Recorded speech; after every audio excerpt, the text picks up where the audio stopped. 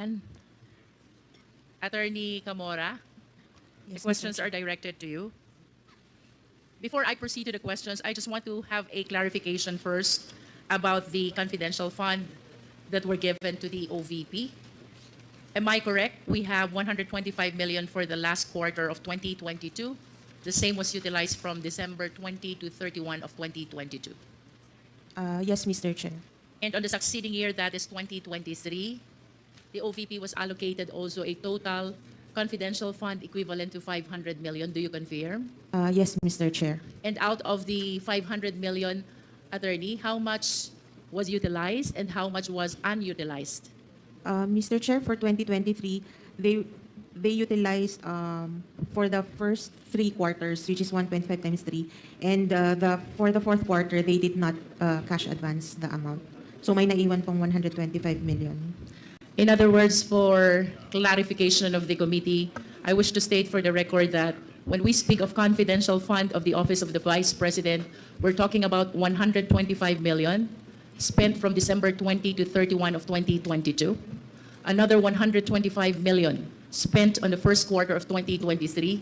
Another 125 million spent on the second quarter of 2023. And another 125 million spent on the third quarter of 2023. This is a total, if I am correct, Attorney Camora, 500 million. Do you confirm? That is correct, Madam. Thank Mr. you. Chair. I wish to go back to my question during the last hearing, Attorney. I asked you, paano po ba natin i-distinguish ang confidential fund from regular fund? This time, I want a more comprehensive answer, and please try to laymanize it because I want this to be understood by the Filipino people. As a matter of fact, I am raising this question so the Filipino people will understand ano po ang pagkakaiba ng confidential fund from regular fund. Let us discuss first about the purpose. Yes, Mr. Chair. Ang purpose po ng confidential and intelligence funds are for confidential and or intelligence activities. While yung sa regular funds po, it is for the attainment of programs, activities, and projects other than confidential fund and or intelligence activities. Ito po yung regular na perang ginagamit ng mga government agencies. And if you will agree with me, Attorney, if I would say that when we speak of confidential fund, it has something to do with the national security, peace and order, surveillance activities. Am I correct? That is correct po, Madam Chair. And when we speak of regular funds, any other funds except something which has to do about security, peace and order. Yes po, Mr. Chair. Thank you. Now let's go to the procurement. Ano po ang pagkakaiba ng confidential fund from regular fund in terms of procurement? Mr. Chair, in terms of procurement, the regular funds must follow the laws on procurement, which is now the RA 9184 as amended po. As to confidential and intelligence funds, to avoid compromising the confidential matters, it usually does not undergo procurement. And do you agree that we have this joint circular which regulate the utilization of confidential fund? Yes, Mr. Chair. Can you share with us what is that joint circular?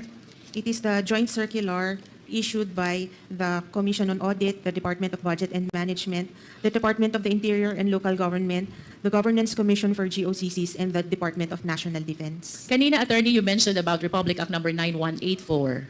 This is the procurement law as amended, tama? Yes, Mr. Chair. And you would agree with me if I would say, under the procurement law, before you proceed to procurement, there has to be a posting. Yes, Mr. Chair. There has to be an invitation to bid. Yes, Mr. Chair. There has to be a pre-qualifying process for the bidders. Yes, Mr. Chair. There has to be a bidding. Yes, Mr. There Chair. has to be a post-qualifying. Yes, Mr. Chair. And all of this will happen before we issue the notice to proceed. Yes, Mr. And if Chair. I may add, we also require the parties to execute a contract. Am I correct? Yes, Mr. Chair. And all these formalities are not present when we speak about confidential fund, correct? Yes, Mr. Chair. That is for the reason that we wish to protect matters concerning national security, peace and order, and surveillance. Tama Yes. po ba? Yes, Mr. Chair. Okay. Now we proceed to number 3, about liquidation. Ano pong pagkakaiba ng confidential fund from regular fund? Liquidation po for confidential intelligence funds is provided under the joint circular 2015-01. For regular funds, it is COA circular number 97-002. Can we laymanize it, Attorney Camora? Kapag po ba tayo'y magli-liquidate ng confidential fund, anong dokumento ang nire-require natin from the agency? The requirements are all indicated po sa, na-mention po kanina, 4.8 of the Joint Circular. In substance, would you agree with me that what we are requiring if it is a confidential fund, one is financial plan, is that correct? Yes, Mr. Chair.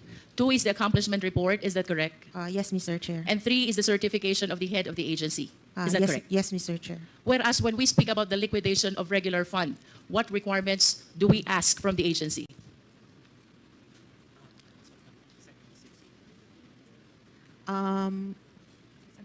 These are all under 97-002.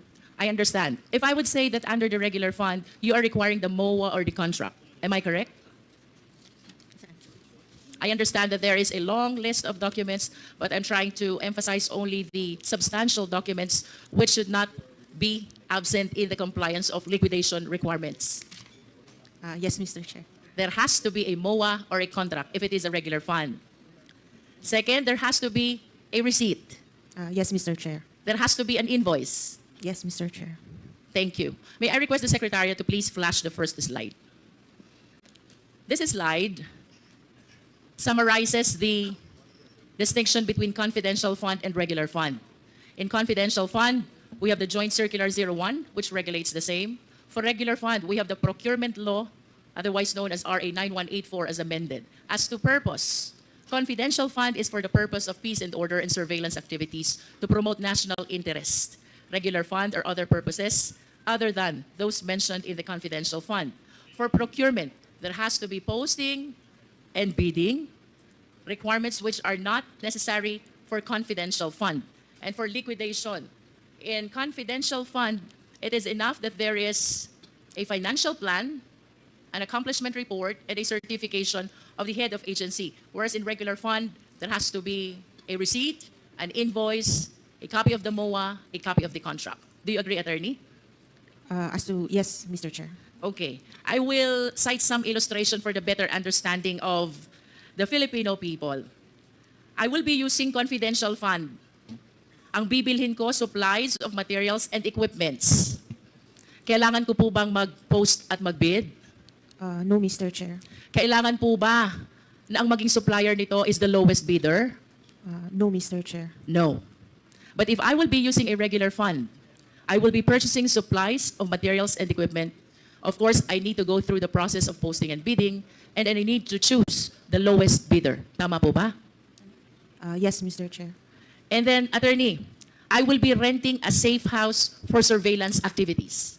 So this is a confidential fund. Yes, Mr. Chair. Kailangan ko po bang mag-posting at mag-bidding? No, Mr. Chair. No.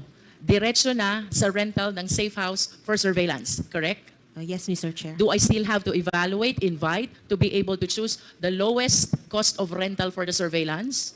No need, Mr. Chair. No need, because this is a confidential fund. I will be buying a car for surveillance activities. Kailangan ko po bang mag-posting and bidding? No, Mr. Chair. Do I need to Although- choose the lowest bidder?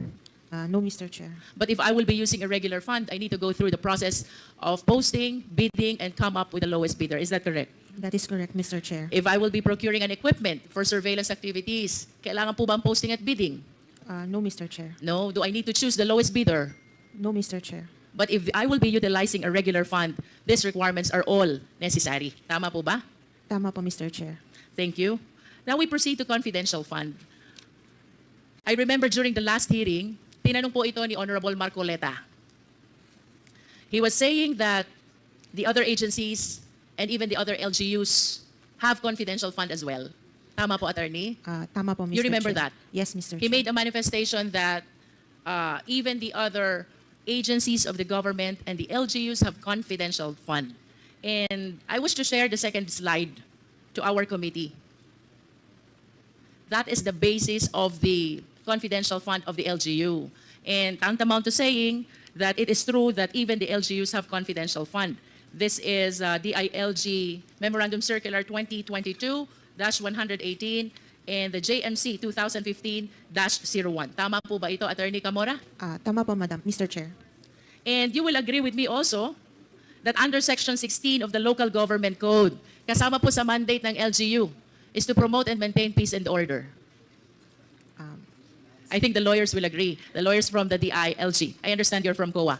Yes, Mr. Chair. So let me share this information that under Section 16 of the Local Government Code, bahagi po ng mandate ng LGUs, Local Government Unit, is to promote and maintain peace and order. And this justifies kung bakit mayroong confidential fund ang mga LGUs. Tama po ba, Attorney? Yes, Mr. Chair. Now let's go to the mandate of the OVP. Kasama po ba sa mandato ng OVP ang promotion ng peace and order, conduct of surveillance activity, and national security? May I ask po yung OVP team, mas knowledgeable po sila sa mandates. OVP team, please. You are from COA also. Yes, Mr. Chair. But May I you allow are- to speak na po? May I allow to speak na po? Go ahead. Can you please enlighten us? What office are you representing? Why Attorney Camora refer you as the OVP team? Because I understand you're also from COA. I'm the audit team leader of the Office of the Vice President for the audit of the regular funds. Audit team leader of the OVP with respect to regular funds. But I'm talking about confidential funds. Yes, Mr. Do you think you are in the proper position to answer this question? This is But the about question- confidential funds. But the question is all about the mandate of the All OVP. right. What is the mandate of the OVP? Based on the notes to a financial statement of the H.O.R. Annual Audit Report, the OVP, as the second highest office in the land committed to the service of the nation, OVP performs executive, ceremonial, and advocacy functions, collaborating with stakeholders and organizations in both public and private sectors to develop and promote programs that uplift the lives of the Filipino people. That's the mandate of the Does OVP. it in any way mention about the peace and order, surveillance activity, and national security? Based on what I've said The question is answerable only by yes or no. No po. It does not. Yes, madam. So you confirm that matters concerning peace and order, national security and surveillance is not part of the mandate of the OVP. Do you confirm that? Mr. Chair, yes po, based on the mandate provided. Yes. And why do you think the OVP was given confidential fund, considering that it is not part of the mandate to promote peace and order? I think I'm not the right person to answer the question because I think it may course to the Department of Budget and Management because they're the one who provided the confidential fund in 2022. I understand. But let me state for the record that nowhere in the law, not even in the Constitution, provide that the OVP has the mandate of promoting and maintaining peace and order, conducting surveillance activity, and even matters concerning national security. That is for the record, Mr. Chair. Now, talking about confidential fund, may we please flash the third slide? Kanina po pinag-usapan natin that under Section 16 of the Local Government Code, ang mandato ng LGU is to promote peace and order. And that justifies kung bakit ang mga LGUs ay mayroong confidential fund. Now, I wish to share this slide showing the LGUs which have the huge or the biggest number of confidential fund. This is representing year 2022. Davao City has 460 million. Cebu City has 7.38 million. The City of Manila has 120 million. Makati City has 240 million. And Quezon City has 75 million. Nakakapagtaka lang po kung bakit nalampasan pa ng Davao ang City of Manila, ang Makati, ang Quezon City. For Makati, Davao almost doubled the confidential fund. For City of Manila, it almost tripled the confidential fund. Ang Cebu City po was way left behind because it is only 7.38. So I just want to state for the record the huge disparity of the confidential fund of Davao City as compared with the other LGUs. We have on the screen Cebu City, 7.38, City of Manila, 120 million, Makati City, 240 million, Quezon City, 75 million, while Davao, it skyrocketed to 460 million. May we request the Secretariat to please flash the fourth slide.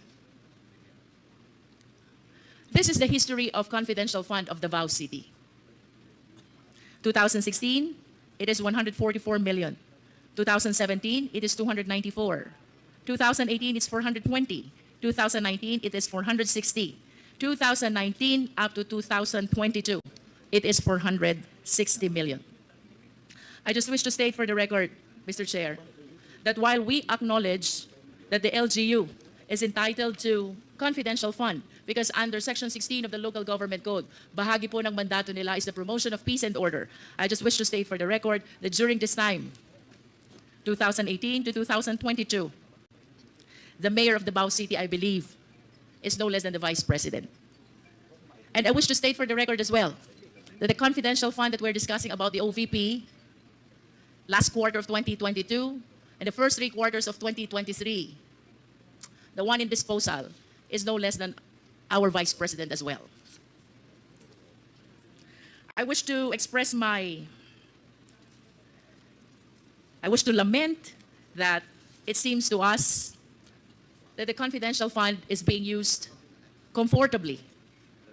We have to emphasize that it is addressing a very important reason, and that is the promotion of peace and order, conduct of surveillance activities, including matters concerning national security. And if this is the case, Mr. Chair, I believe that the COA has to be very strict concerning the very loose, the very light, and the very few requirements which are being imposed in procurement and even liquidation of confidential funds. What I wish to point out, Mr. Chair, maluwag tayo sa confidential fund because we give value to matters concerning peace and order and national security. However, Mr. Chair, I observed na ito pong kaluagan na ito ay nagiging dahilan kung bakit ang COA ngayon are issuing the notice of disallowance, and even this Congress is prompted to conduct an inquiry in aid of legislation. I wish to manifest my observation that the irregularities which have been observed in the utilization of confidential fund in the office of the Vice President should be checked as well with respect to the utilization of confidential fund of the Davao City during those time that the mayor is no less than our Vice President. I submit, Mr. Chair. Thank you. We will now proceed.